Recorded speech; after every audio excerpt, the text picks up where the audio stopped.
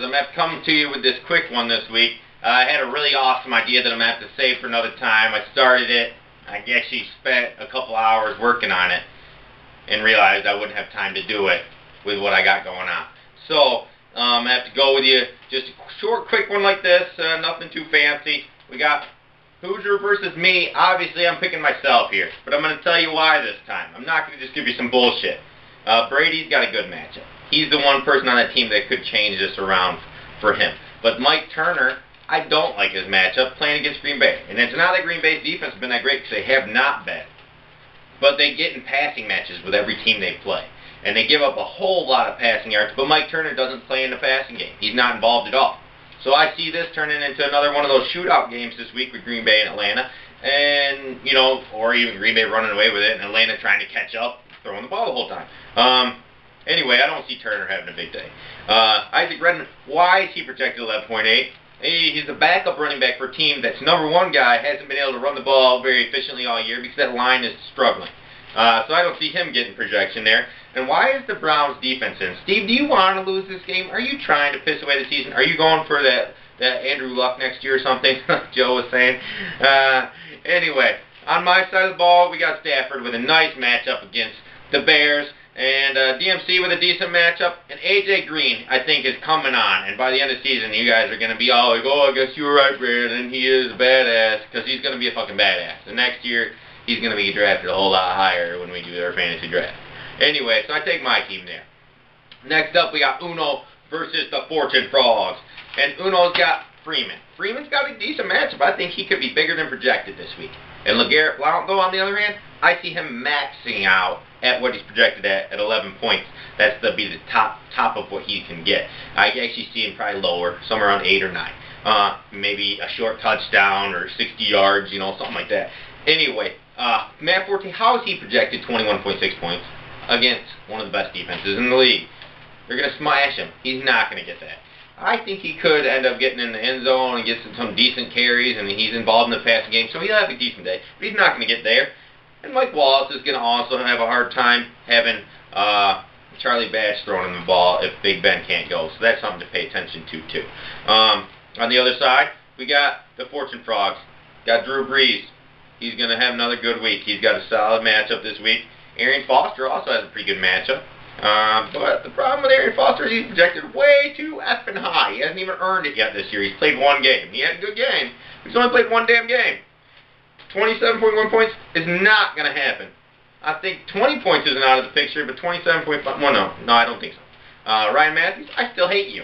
I still hate you. And it's personal. It has nothing to do with your playing abilities. You're a good player. At least other people think so. I still don't think so. I hate you. And Reggie Cobb, why is Cobb in?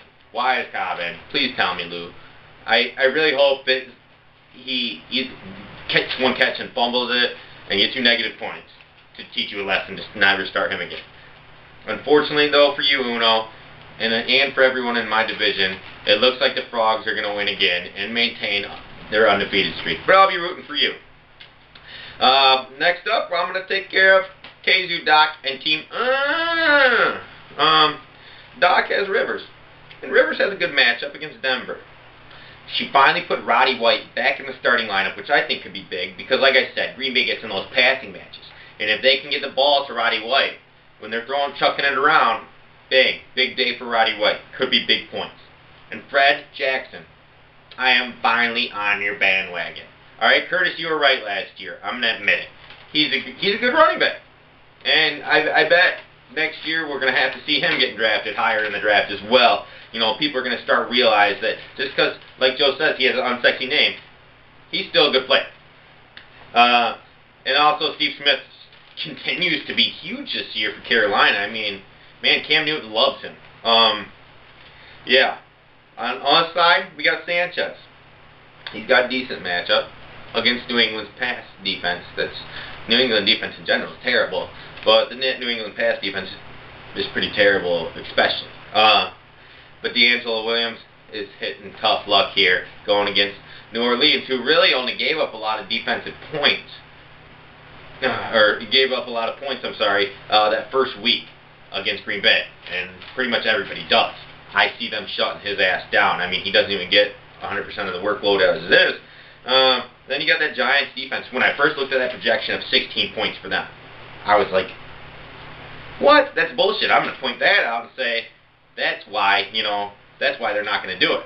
And then I look at their opposition and how many points they've been giving up and everything else, and it's pretty evident that they're set up for success this week. On this one, I see probably Doc winning this one. It all comes down to that Roddy White factor. Rivers finally has a good matchup. Fred Jackson's tearing it up, and Steve Smith. So, all the key players on that side are looking promising, and adversely not the same on Team Outside. We got the Willis versus Smokers Cokers. This is a pretty intriguing matchup as well. And I really haven't analyzed these enough to say which one's game of the week, but this one would be a possibility if I was going to name one. I don't really care that much about which one's supposed to be the biggest, because they never are. Anyway, Rodgers, like I said with Atlanta, Rodgers every week, doesn't matter who he plays, he can pass on anybody. So he's going to have a big week. He's going to end up probably being in the top 3 in scoring of quarterbacks by the end of the season for sure, staying right in that same realm, with Brady and Stafford. I don't know, Stafford might not be there, but he'll be right up in the mix. Anyhow, and then you got Javid Best, who actually has a good matchup against Chicago's defense again. Because Chicago's defense is one of those defenses, just like the Packers and the Steelers and the Bears. They're all falling apart. Man, these teams that used to be solid fantasy defenses are not anymore.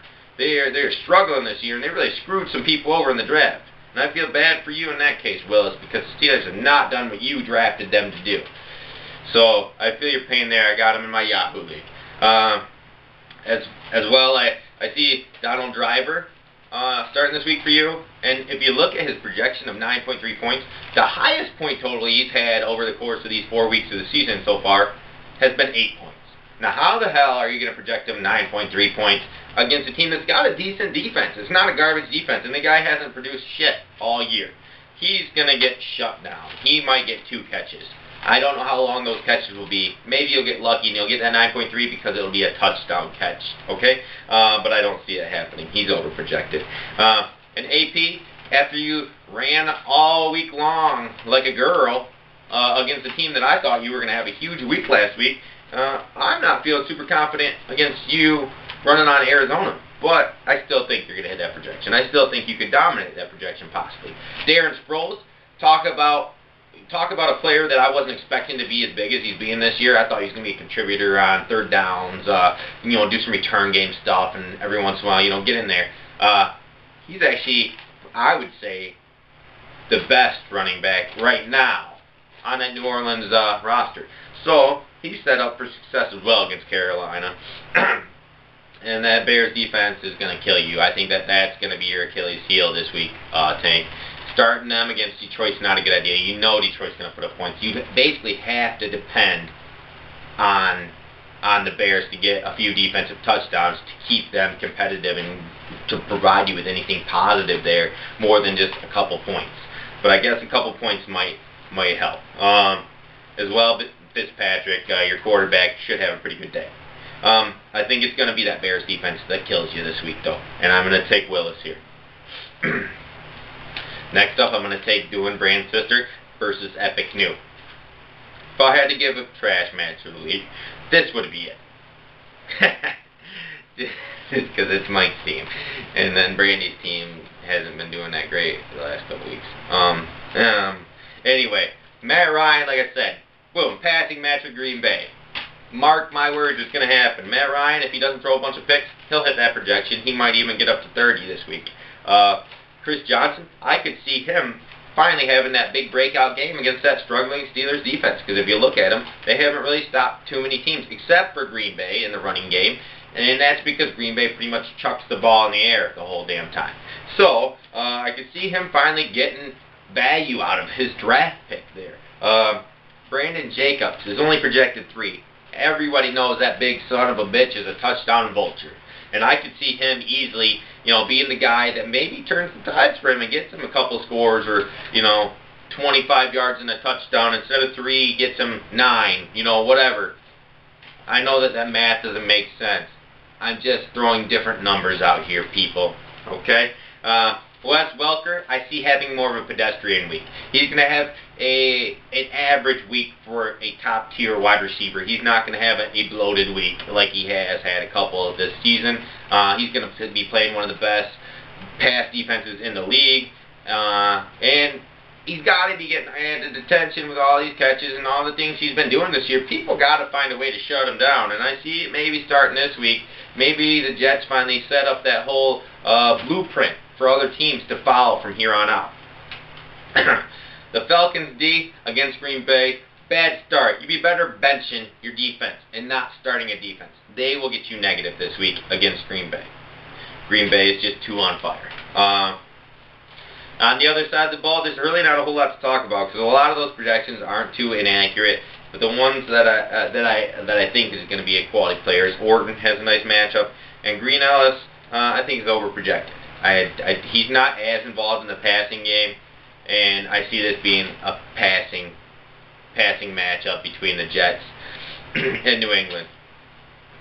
So in that one, I am actually going to take Dune Brand's sister. Fuck you, Mike Still, for that name. And then in my last matchup, I got Rhett's Retards versus the Samoans. This one, I wish Rhett was coming so he could talk shit to you, Curtis, for calling him Mexican twice in your video this week. He's white. His last name's Goodman, for God's sake. It's not Gomez. I told you this.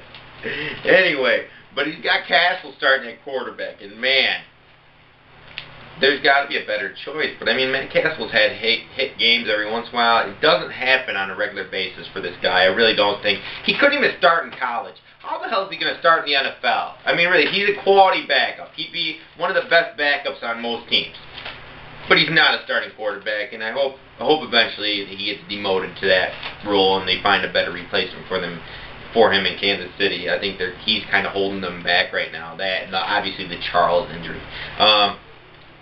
As well as Sidney Rice, I think he could definitely hit that projection and maybe even top that projection. You know, he's coming in strong, and I think he's definitely going to be you know, a definitely solid number 2 wide receiver this week. Maybe even a number 1 wide receiver point scoring wise. And Maurice Jones-Drew, I think he's going to have a big week. I think he'd be bigger than projected here. I believe he's projected 10.3 in Cincinnati, and I think that he could keep rolling as he has been and get some big numbers again. Little pocket Hercules motherfucker. Okay. And on the other side, we got the Psycho Samoans, and he's starting Kolb still because he doesn't have another quarterback that's better than Kolb, which that's really sad. I told you, Curtis, I would have traded you Vic straight up for Calvin Johnson, and I regret not drafting Calvin Johnson and taking Mendenhall. What the hell was I thinking there? Anyway, Calvin Johnson's a beast right now, and I can understand you wanting to hang on to him. LaShawn McCoy, I don't see him hitting that projection this week. I just don't see it happening. I think that they're going to get kind of, you know, in a shootout match as well. I don't see them being able to stick with the run as long. So I don't think he's going to hit that projection. He does get involved in the passing game, but Vic doesn't typically check down too often. Like, if he's thinking about checking down, he's like, oh, I'll just run. So that's the problem for him. As well as I see Sean Green project 13.3, and he sucks. He still sucks. And they're not going to be able to maintain a running game against New England because they're going to fall behind most likely. Or if nothing else, it's going to be a high-scoring game, and they're going to be going back and forth. So I could see that being a problem for you as well. I don't see him in projection. Just like Matthews, I'm just not a fan of Sean Green. I actually liked him a lot in college, and ever since he jumped into the pros, I just haven't seen him doing what I expected of him. And last up, I see Calvin Johnson getting at least 2 more TDs. Again, keep that streak going. Thanks for barking at the end of the video, BUP. He had to make a cameo. So that's what we got this week. I'll catch you guys next week. Hopefully I can bring something better to you. Thanks. Peace. Oh yeah, the dog barking and the wife getting home kind of distracted me here. I forgot to do my last pick. Curtis, you're going to finally get a win. Congratulations and happy birthday.